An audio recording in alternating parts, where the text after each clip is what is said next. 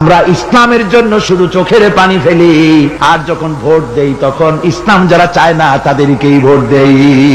আল্লাহর দ্বীন কায়েম না হলে অসত্য, বদমাশি, শয়তানি, সব রকমের অন্যায় কাজ দিয়ে ভরে যাবে দেশ।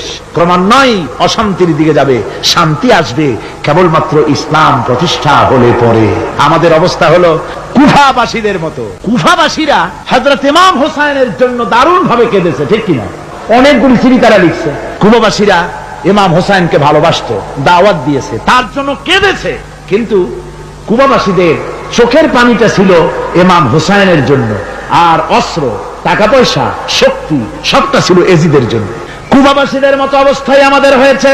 হযরত ইমাম হোসাইনের জন্য তারা শুধু চোখের পানি ফেলেছে, আর টাকা পয়সা, অস্ত্রপাতি যা ছিল সব ছিল তাদের এজিদের জন্য।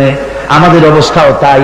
আমরা ইসলামের জন্য শুধু চোখের পানি ফেলি, আর যখন ভোট দেই তখন ইসলাম যারা চায় না তাদেরকেই ভোট দেই, ঠিক কিনা?